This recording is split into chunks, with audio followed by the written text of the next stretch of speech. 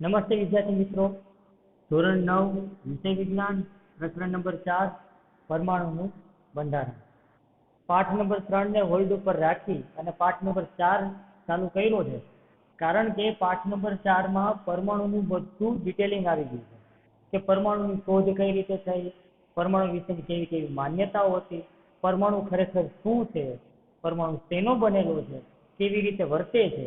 એના માટે થઈને ડાલ્ટને પોતાની રીતે વાત કરી કે ભાઈ પરમાણુ છે એ ક્રિસમસ કેક જેવો છે અથવા તરબૂચ જેવો ગણી શકાય. જેની વાત આપણે કરી ગયા કે તરબૂચનો જે લાલ ભાગ છે એ ધનભારિત ભાગ ગણવાનો અને જે એની અંદર બીજ હોય છે એ ઇલેક્ટ્રોન એટલે કે ઋણભારિત ભાગ ગણી શકાય. અને એની અભિધારણાઓને ખોટી કોને પાડી? અર્નેસ્ટ રુથરફોર્ડે. રુથરફોર્ડે ગઈકાલે આપણે વાત કરી કે પરમાણુ મુખ્યત્વે 3 પ્રકારના અપરમાણુય કણોનો બનેલો છે: પ્રોટોન, ન્યુટ્રોન અને ઇલેક્ટ્રોન. અને સોનાના વરખ ઉપર પ્રયોગ કર્યા પછી અર્નેસ્ટ રુથરફોર્ડને ખબર પડી કે 12,000 હિલિયમ કણોનો મારો કરવામાં આવે ત્યારે એક કણ પાછો ફરે. હવે ત્યારે ખબર પડી કે કોઈ પણ પરમાણુ છે એ ખરેખર આખો ખાલી છે, એનું કેન્દ્ર છે. જો આ 12,000 હિલિયમ પરમાણુ પૈકી જે એના કેન્દ્ર સાથે અથડાય છે એ પાછો ફરે છે, બાકી બધા તો સીધી લીટીએ ગતિ કરે છે. ત્યારે અર્નેસ્ટ રુથરફોર્ડે એવું કીધું કે પરમાણુ છે એનો અંદરનો મહત્તમ ભાગ ખાલી છે. જે કંઈ પણ દળ છે પરમાણુના કેન્દ્રમાં છે. એટલે પરમાણુનું દળ કેવું હોય તો પરમાણુના કેન્દ્રનું દળ કેવું પડે. પરમાણુના કેન્દ્રને ન્યુક્લિયસ કહેવાય. એને કીધું ન્યુક્લિયસની અંદર પ્રોટોન આવેલા હોય છે. પછી આપણે એ પણ વાત કરી છે કે ન્યુટ્રોન પણ આવેલા હોય છે. અને પરમાણુના કેન્દ્રની આસપાસ ઇલેક્ટ્રોન છે વર્તુળાકાર માર્ગે ગતિ કરતા હોય છે. આ વાત રુથરફોર્ડે કરી અને ઘણે ખરે અંશે સાચી પણ હતી. પણ જ્યારે આવા નિયમો આપ્યા પણ એક જે એ વાત બોલ્યો ને કે પરમાણુના કેન્દ્રની આસપાસ ઇલેક્ટ્રોન વર્તુળાકાર માર્ગે નિયમિત ગતિ કરે છે, ત્યારે પ્રશ્ન ઉભો થયો કે નિયમિત ગતિ કરતા ઇલેક્ટ્રોન વિકિરણ સ્વરૂપે ઉર્જા મુક્ત કરી શકે અને એ ઉર્જા મુક્ત કરતા કરતા એક જો પરમાણુના કેન્દ્રમાં પહોંચી જાય તો પરમાણુ અસ્થાયી થઈ જાય. આ વાતને લીધે ઘણા બધા વિવાદ થયા અને in the end Bohr, Niels Bohr નામના વૈજ્ઞાનિક કહી શકાય, ભૌતિક શાસ્ત્રી કહી શકાય, એણે પરમાણુનો નમૂનો આપ્યો. પરમાણુના નમૂનામાં જે રુથરફોર્ડની જેટલી પણ વાતો હતી કે પ્રોટોન એ પરમાણુના કેન્દ્રમાં આવેલો છે, ઇલેક્ટ્રોન વર્તુળાકાર માર્ગે ગતિ કરે છે, એ બધું એણે સ્વીકાર્યું. પણ એણે એવું કીધું કે કોઈ પણ પરમાણુની અંદર પરમાણુના કેન્દ્રની આસપાસ ગતિ કરતા ઇલેક્ટ્રોન એ કોઈ ચોક્કસ કક્ષાઓમાં ગતિ કરતા હોય હંમેશા.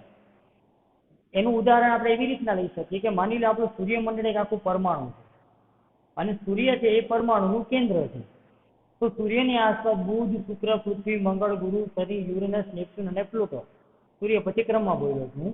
તો આ જેટલા પણ ગ્રહો છે આ બધા ગ્રહો એક માર્ગે ગતિ કરે છે. આ બધા ગ્રહોને ઇલેક્ટ્રોન તરીકે આપણે ગણી લઈએ અને ન્યુક્લિયસ તરીકે આપણે સૂર્યને ગણીએ. તો ક્યારે એવું બન્યું છે કે બુધને મન થયું કે ભાઈ હું મારી કક્ષા મૂકી અને હાલો ના તો શુક્રની કક્ષામાં ગતિ કરું, પરિભ્રમણ કરું.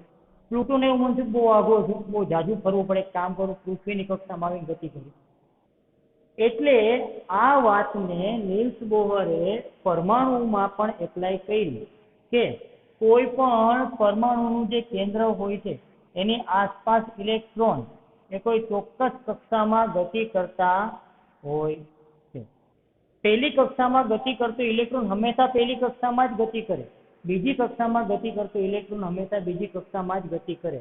અને એને કક્ષા જો એને ઇલેક્ટ્રોન જે ગતિ કરે ને કક્ષા કહેવાય, પછી ઉર્જા સ્ત્રોતો કહેવાય અથવા ઉર્જા સ્તરો કહેવાય અને કોષો પણ કહેવાય. ઉર્જા કોષો પણ કહેવાય, ખાલી કોષો પણ કહેવાય કે આ પહેલો કોષ, પહેલી કક્ષા. આપણે જેમ જનરલી કક્ષા શબ્દ છે ને એ ફાવે છે, વધારે મજા આવે.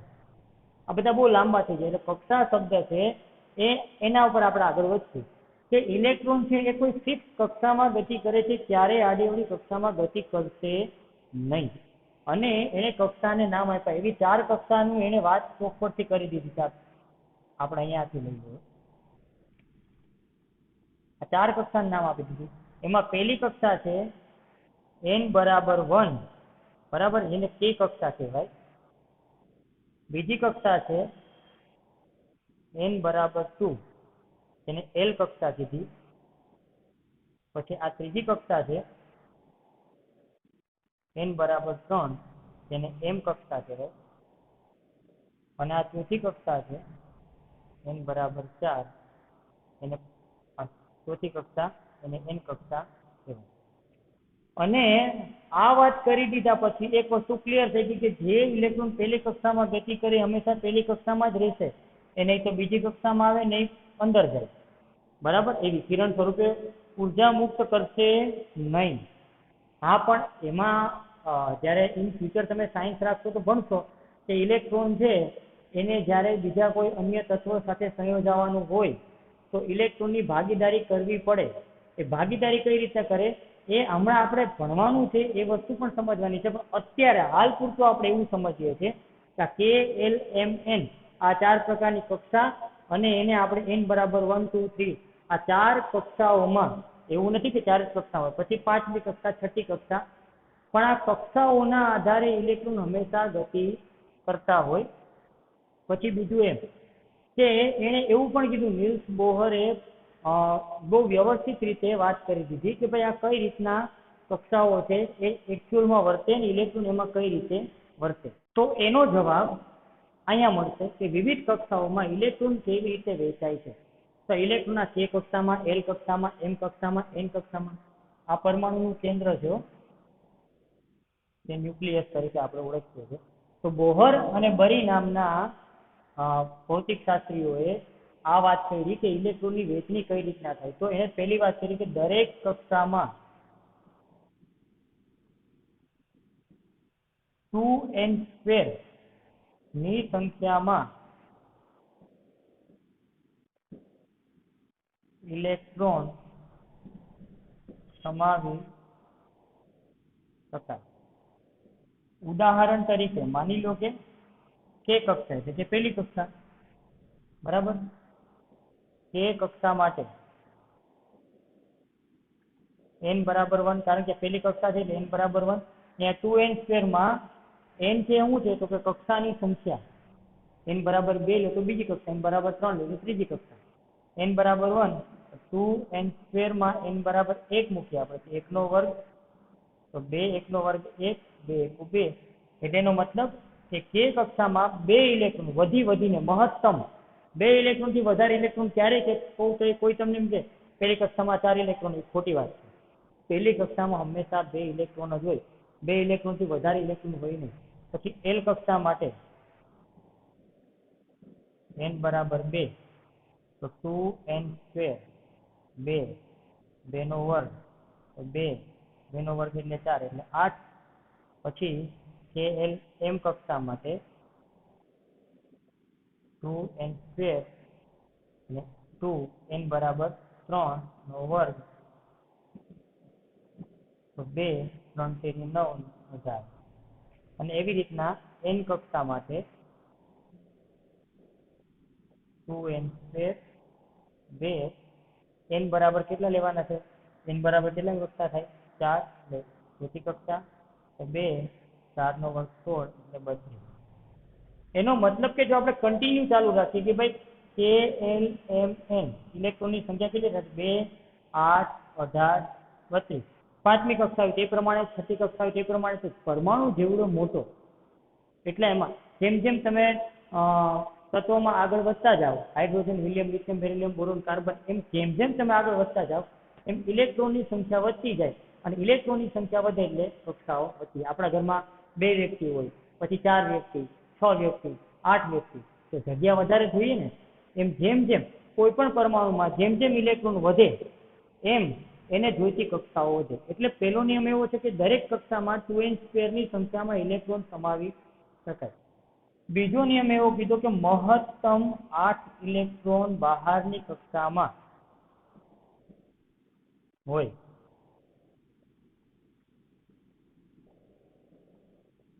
એટલે કઈ રીતના એ પણ સમજી શકીએ. તો તમે કીધું સર 18 ના હોય, 12ની કક્ષા M કક્ષા હોય તેમાં તો 18 હોય. પણ વાત એવી છે કે 8 ના જોડકામાં હંમેશા ઇલેક્ટ્રોન હોય. કોઈ પણ તત્વની સૌથી બહારની જે કક્ષા છે, તત્વ કહો એટલે પરમાણુ સમજી લેવાનો, પરમાણુની સૌથી બહારની જે કક્ષા છે એ 12ની કક્ષામાં 8 ઇલેક્ટ્રોન હોય એટલે એ તત્વ સ્થિર હોય, એ પરમાણુ સ્થિર હોય. બરાબર. 8માં કંઈક ઘટતું હોય અથવા વધતા હોય તો એ સ્થિર ના હોય. જો 8માં વધતું હોય તો દઈ દે અને ઘટતું હોય તો એ લે. એ કઈ રીતના છે એ આપણે આગળ ભણશું, પણ આ ખાલી યાદ રાખજો હમણાં આગળ, એટલે આ જ પાઠમાં આપણે ભણવાનું છે. અને ત્રીજી વસ્તુ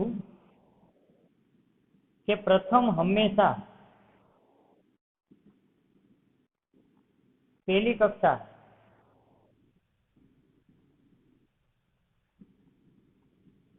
ભરાય. ઉદાહરણ તરીકે માની લો કે કોઈ એક તત્વ એવો છે જેના પરમાણુમાં ટોટલ 9 ઇલેક્ટ્રોન છે. બરાબર.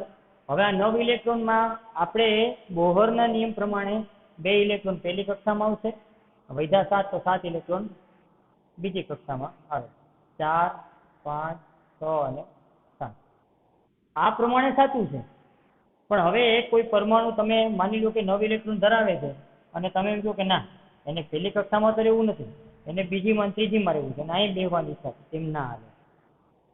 ઇલેક્ટ્રોનમાં સૌથી પહેલા પરમાણુના કેન્દ્રની નજીકની કક્ષાઓ ભરાય, પછી ધીમે ધીમે ધીમે દૂરની કક્ષાઓ ભરાય.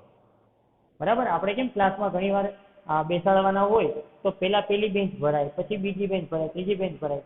કોઈ વિદ્યાર્થી આવે ને કે ના સર મારે પહેલી બેન્ચ ને મારે છેલ્લી બેન્ચે બેહવું, તેમ ના હાલે. જે ખાલી છે પેલા એ ભરવાની, પેલા ખાલી જગ્યા ભરવાની હંમેશા. તો તે કક્ષાનો અધિકાર પેલા લાગશે કારણ કે એની પાસે 2 ઇલેક્ટ્રોન છે. આમાં 2 ઇલેક્ટ્રોન ભરાઈ જાય એટલે કે નું કામ પૂરું. પછી ત્રીજો ઇલેક્ટ્રોન આવશે અને એમ કે ના મારે પણ આ 2 ભેગું જ રહેવું છે, તો આમાં એવું હાલે નહીં. બરાબર. આમાં ફ્રેન્ડશિપ ના હાલે. 3 ઇલેક્ટ્રોન વાળો પરમાણુ હોય, કોઈ પરમાણુ એવો છે જેની પાસે 3 ઇલેક્ટ્રોન છે, તો 2 ઇલેક્ટ્રોન તો પહેલી કક્ષામાં ભરાશે કેમાં? હવે ત્રીજો એકલો થઈ જાય એલમાં, તો બીજી કક્ષામાં ત્રીજો ઇલેક્ટ્રોન એકલો થઈ જાય. હવે એમ કે ના મારે બીજી કક્ષામાં જ બેહવું છે, પેલી કક્ષામાં જ આવવું છે, તો ના હાલે. ઓલા 2 ભેગું રહેવું છે તો ના હાલે. બરાબર. એટલે એમ સમજવાનું કે સૌથી પહેલા પરમાણુના કેન્દ્રની નજીકની કક્ષા ભરાય, એના પછી ક્રમશઃ બીજી આગળ આવતી બીજી એના પછીની કક્ષાઓ બધું ભરાય. હવે તમને આખું મોટું કોષ્ટક આપ્યું છે. એ કોષ્ટકમાં ટોટલ 18 અલગ અલગ તત્વોના નામ આપ્યા છે, એની સંજ્ઞા, એનો પરમાણુ ક્રમાંક, પરમાણુ દળાંક, આવી બધી વસ્તુઓ આપ્યું છે. આ બધું શું છે એ આપણે કોષ્ટક અહીંયા આખું લખીને હું તમને સમજાવી દઉં. હવે જે બોહરે વાત કરી, કક્ષાઓની વાત કરી, એમાં ઇલેક્ટ્રોન રહી શકે એની વાત કરી, વર્તુળાકાર માર્ગે ઇલેક્ટ્રોન ગતિ કરતા એની વાત કરી. ટોટલ 18 તમને આપ્યા છે અને આપણે 20 યાદ કર્યા છે ધોરણ 8માં. ધોરણ 8માં આપણે 20 યાદ કર્યા હતા. આ લીબે બોકા નાઓ ક્લોનિસો મે એસી પોષક લો આપો કે. બરાબર. આમાં તો 18 જ છે એટલે તમને 20 યાદ હોય એને 18 તો યાદ હોય જ. આ તત્વોના નામ છે. મેં આમાંથી ખાલી 9 ને તમને સમજાવવા માટે લીધા છે, બાકીના 9 તમારે તમારી જાતે સમજવાના રહેશે. જો ના સમજાય તો હું તો છું જ, પણ ટ્રાય તો કરવી પડશે ને.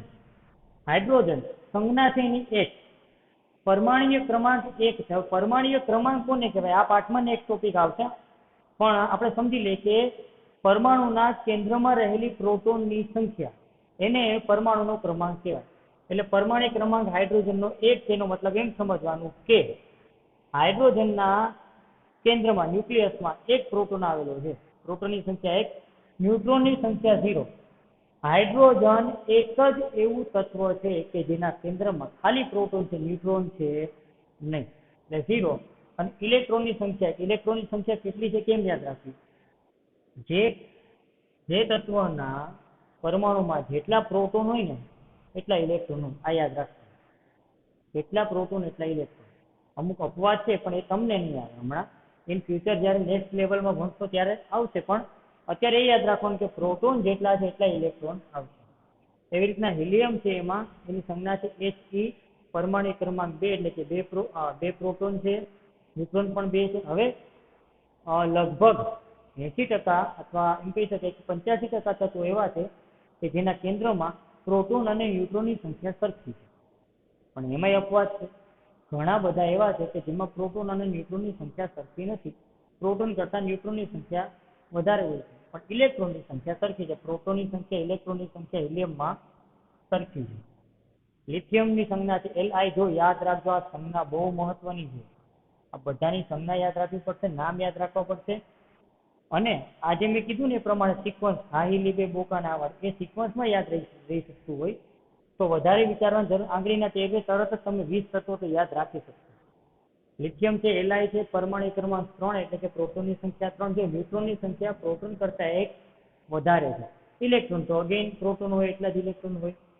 પછી એવી રીતના બેરિલિયમની સંજ્ઞા Be છે, 4 પ્રોટોન, ન્યુટ્રોન 5 એક વધારે અને ઇલેક્ટ્રોનની સંખ્યા 5. અહીંયા સોરી 4 અમે લખ્યું છે એવી રીતના કે મને પોતાને કન્ફ્યુઝન થશે, પણ આ યાદ રાખજો આ જે 4 5 6 7 8 9 છે એ બે સરખું જ રહેશે, એ બદલશે નહીં, ખાલી આ પ્રોટોનની ન્યુટ્રોનની સંખ્યામાં જોવાનું રહેશે. પછી બોરોન છે તો બોરોન છે એનો પરમાણુ ક્રમાંક 5 એટલે કે 5 પ્રોટોન છે અને અહીંયા 1 2 3 4 અને 5 એટલે કે આ 6 છે એનો ન્યુટ્રોનની સંખ્યા 6 છે અને ઇલેક્ટ્રોનની સંખ્યા 5. એવી રીતના આ કાર્બન, નાઇટ્રોજન, ઓક્સિજન, ક્લોરીન આ બધા તત્વો ઇલેક્ટ્રોન ધરાવે છે. તો આમાંથી આપણે ઇલેક્ટ્રોન કઈ રીતના સમાય કક્ષાઓની વાત કરીએ છીએ તે પ્રમાણે. તો માની લો હાઇડ્રોજનની વાત કરીએ તો હાઇડ્રોજન પાસે નાવા નીચોવા ખાલી એક જ ઇલેક્ટ્રોન છે. એટલે હાઇડ્રોજન તત્વ તમે લખો ને તો એનું કેન્દ્ર અને એની પહેલી કક્ષા અને એક ઇલેક્ટ્રોન વાત પૂરી, આ ઇલેક્ટ્રોન ભરાય છે. હવે તમે એમ કીધું સાહેબ એની એક પહેલી કક્ષામાં તો 2 ઇલેક્ટ્રોન સમાઈ શકે, એની પાસે એક જ છે, એક તો ખાલી જગ્યા રહેશે, ભલે રહે, એને જેમ કરવું એમ કરે. પણ હવે એનો મતલબ એમ નહીં કે ખાલી છે એટલે ભરી જ દેવું, બરાબર. પછી બીજું તત્વ છે હિલિયમ. તો હિલિયમના પાસે 2 ઇલેક્ટ્રોન છે, તો 2 ઇલેક્ટ્રોન માટે 2 કક્ષાની જરૂર, એક પહેલી કક્ષાની જરૂર પડશે અને બીજી કક્ષા. હિલિયમ પછી આવે છે લિથિયમ. હવે નવી ટ્વિસ્ટ આવશે, કારણ કે લિથિયમ છે એની પાસે 3 ઇલેક્ટ્રોન છે, તો આ કેન્દ્ર, આ પહેલી કક્ષામાં 2 આવી જાય. હવે એક વહી દો, હવે એક એમ કે ના મારે પહેલી કક્ષામાં બોલાવી ભેગું જ રહેવું છે, તો ના, એના માટે બીજી કક્ષા આવે અને ન્યાય એને રહેવું પડે. એવી રીતના બેરિલિયમ છે તેમાં 4 ઇલેક્ટ્રોન છે, તો બેરિલિયમ માટે 4 ઇલેક્ટ્રોનને સાચવવા માટે એક કક્ષા પૂરી પડશે નહીં, કારણ કે 2 ઇલેક્ટ્રોન અહીં આવશે, બાકી બીજી કક્ષામાં. આવી રીતના ઇલેક્ટ્રોન હંમેશા ભરાય. માની લો કે આ 9મા નંબરનું તત્વ છે ફ્લોરિન, બરાબર. તો પહેલી કક્ષામાં 2 ઇલેક્ટ્રોન ફ્લોરિન માટે, આ પહેલો ઇલેક્ટ્રોન, આ બીજો, અને બીજી કક્ષામાં 7 ઇલેક્ટ્રોન, 1 2 3 4 5 6 7, 7 ને 2 9 થઈ ગયા. આવી રીતે ક્રમશઃ કક્ષા ભરાય, હંમેશા યાદ રાખજો. મજા આવે કક્ષામાં ઇલેક્ટ્રોન, તરત જ ના આપણે મેળામાં ગયા હોય ને કોઈ ચકડોળમાં બેવાનું તો જ્યાં ખાલી જગ્યા દેખાણી ત્યાં બે, એમ ના આવે, બરાબર. આમાં કક્ષાઓ ક્રમશઃ ભરાવી જોઈએ. હવે તમારા પુસ્તકમાં ઇલેક્ટ્રોનની વહેંચણી બતાવેલી છે. ઇલેક્ટ્રોનની વહેંચણી એટલે કાંઈ નહીં, કક્ષાઓ પ્રમાણે આપણે વાત કરી શકીએ. માની લો 5 ઇલેક્ટ્રોન છે, તો ઇલેક્ટ્રોનની વહેંચણી કઈ રીતના થાય? તો કે તે કક્ષામાં 2 ઇલેક્ટ્રોન, એ કક્ષામાં 3 ઇલેક્ટ્રોન, આ ઇલેક્ટ્રોનની વહેંચણી. કોઈ તત્વ એવું છે કે જેની પાસે 15 ઇલેક્ટ્રોન છે, તો ઇલેક્ટ્રોનની વહેંચણી કઈ રીતના? તો કે તે કક્ષામાં 2 ઇલેક્ટ્રોન, એલ કક્ષામાં 8 ઇલેક્ટ્રોન, મહત્તમ 8 જ આવી શકે. 8 ને 2 10 વૈધા કેટલા? 5. તો ત્રીજી કક્ષાની જરૂર પડશે, એમ કક્ષામાં 5 ઇલેક્ટ્રોન. આ ઇલેક્ટ્રોનની વહેંચણી, બરાબર. ધરાર કોઈ કક્ષા નખાતી નથી. તો આ આખી કક્ષાઓની રમત છે. આના આધારે કોઈ પણ પરમાણુ છે બીજા પરમાણુ સાથે, જેમ કે આપણે વાત કરીએ પાણીને કહેવાય H2O, તો 2 હાઇડ્રોજન અને ઓક્સિજન ભેગા થઈને પાણી બનાવવા. કઈ રીતના પાણી બનાવે છે? તમને તમારા જ પુસ્તકમાં સંયોજકતા એવો શબ્દ છેલ્લે વાપર્યો છે. તો સંયોજકતા એટલે શું? બહુ મહત્વની વસ્તુ છે. સંયોજકતા એટલે બીજું કઈ નહીં, પણ કોઈ પણ તત્વના પરમાણુમાં તેની સૌથી બહારની કક્ષામાં રહેલા ઇલેક્ટ્રોનની સંખ્યા. ઉદાહરણ તરીકે ફ્લોરિનની વાત કરું તો ફ્લોરિનની સૌથી બહારની કક્ષા એટલે બીજી કક્ષા થાય. આમાં ઇલેક્ટ્રોન કેટલા છે? તો કે 7 ઇલેક્ટ્રોન છે. તેની સંયોજકતા 7 થાય, પણ એની સંયોજકતા 1 પણ કહી શકાય. શા માટે? કારણ કે આપણે એમ વાત કરીએ છીએ કે બહારની કક્ષામાં 8 ઇલેક્ટ્રોન હોય, તો કોઈ પણ પરમાણુ હોય એ પોતાની બહારની કક્ષામાં હંમેશા સ્થિર થવાનો પ્રયત્ન કરશે. સ્થિર થવું એટલે 8 ઇલેક્ટ્રોન ભેગા કરવા. એ 8 ઇલેક્ટ્રોન ભેગા કરવાનો પ્રયત્ન કરશે. કોઈ પાસે બહારની કક્ષામાં 5 ઇલેક્ટ્રોન છે, તો 8 કરવા માટે કેટલા ઘટે? 3. તો એ કોઈ એવા તત્વ પાસે જશે કે જે એને 3 ઇલેક્ટ્રોન આપે અને એની હારે ભાગીદારી કરે, બરાબર. ઉદાહરણ તરીકે આપણે ઓક્સિજનની વાત કરીએ તો ઓક્સિજન પાસે 8 ઇલેક્ટ્રોન છે, તો કક્ષાઓમાં વહેંચણી કરીએ તો ઓક્સિજન હોય તો કે કક્ષામાં 2 ઇલેક્ટ્રોન, એટલે કે કક્ષા તો આખી ભરાઈ ગઈ. અને બીજી કક્ષામાં 6 ઇલેક્ટ્રોન, એટલે ઘટે છે કેટલા ઇલેક્ટ્રોન? 2 ઇલેક્ટ્રોન ઘટે કે ના ઘટે? તો એ શું કરશે? પોતાના 8 ઇલેક્ટ્રોન પૂરા કરવા માટે, આ પોતાના ઓક્સિજન છે પોતાના 8 ઇલેક્ટ્રોન પૂરા કરવા માટે એવા કોઈ પાસે જશે કે જે એને 2 ઇલેક્ટ્રોન આપી શકે. એટલે અહીંયા H2O ની વાત કરીએ. હવે હાઇડ્રોજન છે, જો હાઇડ્રોજન 2 છે, એક હાઇડ્રોજન હોય તો 1 ઇલેક્ટ્રોન, 2 હાઇડ્રોજન તો 2 ઇલેક્ટ્રોન છે કે નહીં?